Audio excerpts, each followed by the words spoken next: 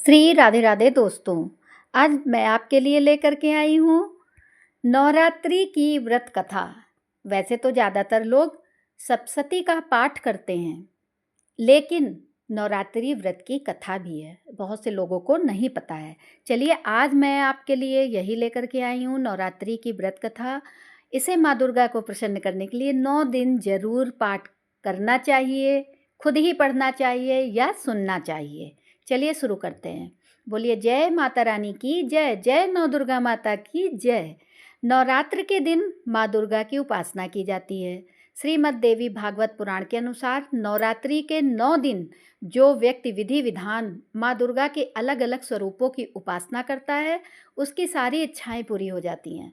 लेकिन नवरात्र के इन पवित्र 9 दिन तक माँ दुर्गा के अलग अलग स्वरूपों की कृपा पाने के लिए और मनोरथ पूर्ण करने के लिए पुराण में वर्णित इस कथा का पाठ करना चाहिए। आइए सुनाते हैं हम आपको ये कथा। बृहस्पति जी बोले, हे ब्रह्मा जी, आप बहुत ही बुद्धिमान, चारों वेद और सर्वशास्त्र को जानने वालों में सबसे श्रेष्ठ हो। हे भगवान, कृपा कर ये बताएं कि चैत्र, अश्वनी, माघ और आषाढ़ मास के शुक्ल पक्ष में नवरात्र का व्रत क्यों किया जाता है। हे प्रभु, इस व्रत को करने से क्या फल प्राप्त होता है, इस व्रत को करने की क्या विधि है, और सबसे पहले इस व्रत को किसने किया, कृपया करके मुझे सब कुछ विस्तार से कहिए। बृहस्पति जी का ऐसा प्रश्न सुनकर ब्रह्मा जी कहने लगे, हे बृहस्पति, प्राणियों का हित करने की इच्छा से तुमने बहुत ही अच्छा प्रश्न किया है। तो सुनो, जो मनुष्य मनोरथ पूर्ण करने वाली दुर्गा, महादेवी, सूर्य और नारायण को ध्यान करते हैं, वे मनुष्य धन्य हैं। ये नवरात्र व्रत सभी मनोकामनाओं को पूर्ण करने वाला है। इसके करने से संतान चाहने वाले को संतान सुख, धन चाहने वाले को धन, विद्या चाहने वाले को विद्या और सुख चाहने वाले को सुख मिल सकता है। इस व्रत को करने से रोगी मनुष्य का रोग दूर हो जाता है और कारागार में पड़ा हुआ मनुष्य बंधन से छूट जाता है। मनुष्य की तमाम विपत्तियां दूर हो जाती हैं और उसके घर में संपूर्ण संपत्तियां आकर उपस्थित हो जाती हैं। काक बंध्या के इस व्रत के करने से संतान हो जाता है। काक ने कोख बंध्या के इस व्रत के करने से संतान हो जाता है। समस्त पापों को दूर करने वाले इस व्रत के करने से ऐसा कौन सा मनोरथ है जो सिद्ध नहीं हो सकता। ब्रह्मा जी आगे बताते हैं कि यदि व्रत करने वाला मनुष्य सारे दिन का उपवास ना कर सके तो एक समय भोजन करे, उस दिन अपने बांधवों सहित नवरात्रि व्रत की कथा श्रवण करें। हे बृहस्पति, जिसने पहले इस महाव्रत को किया है उसका पवित्र इतिहास मैं तुम्हें सुनाता हूँ। ब्रह्मा जी बोले, तुम सावधान होकर सुनो।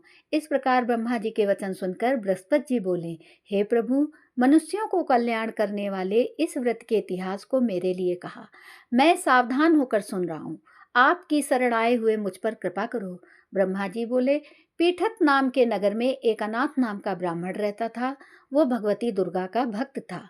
उसके संपूर्ण सद्गुणों से युक्त मानो ब्रह्मा की सबसे पहली रचना हो ऐसी यथार्थ नाम वाली सुमति नाम की एक अत्यंत सुंदर कन्या पैदा हुई।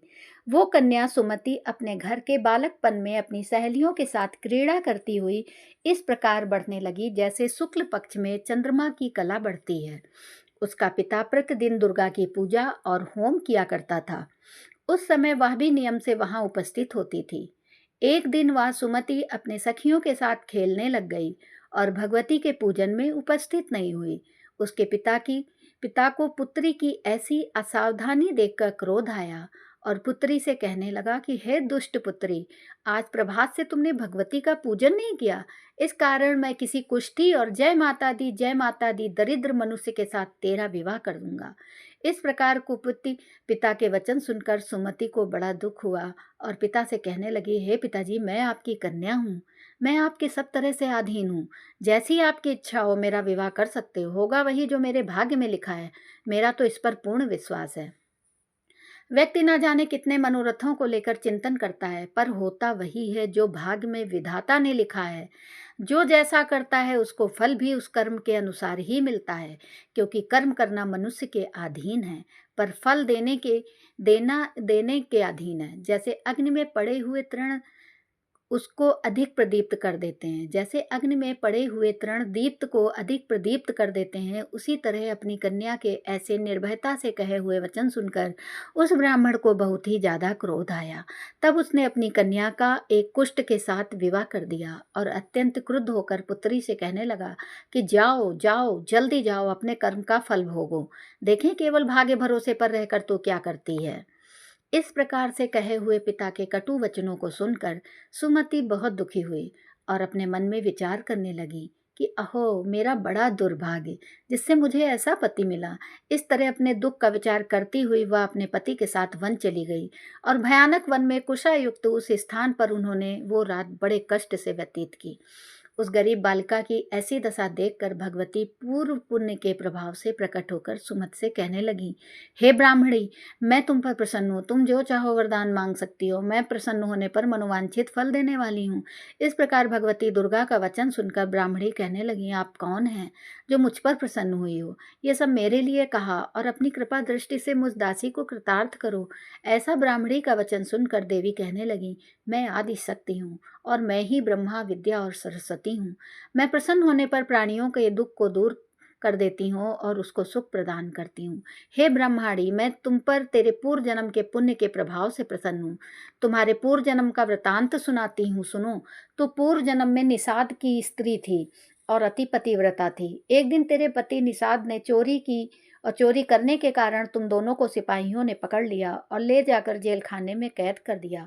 उन लोगों ने तेरे को और तेरे पति को भोजन भी नहीं दिया। इस प्रकार नवरात्रि के दिनों में तुमने ना तो कुछ खाया और ना ही जल पिया, इसलिए 9 दिन तक नवरात्रि का व्रत हो गया।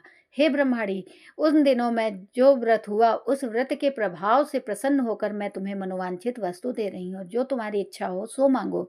इस प्रकार दुर्गा के कहे वचन सुनकर ब्राह्मणी बोली, अगर आप मुझ पर प्रसन्न हैं तो हे दुर्गे माता, मैं आपको प्रणाम करती हूँ और कृपा करके मेरे पति के कोढ़ को दूर करो। देवी कहने लगी, उन दिनों में जो तुमने व्रत किया था उस व्रत के एक दिन का पुण्य अपने पति को कोढ़ दूर होने के लिए अर्पण करो।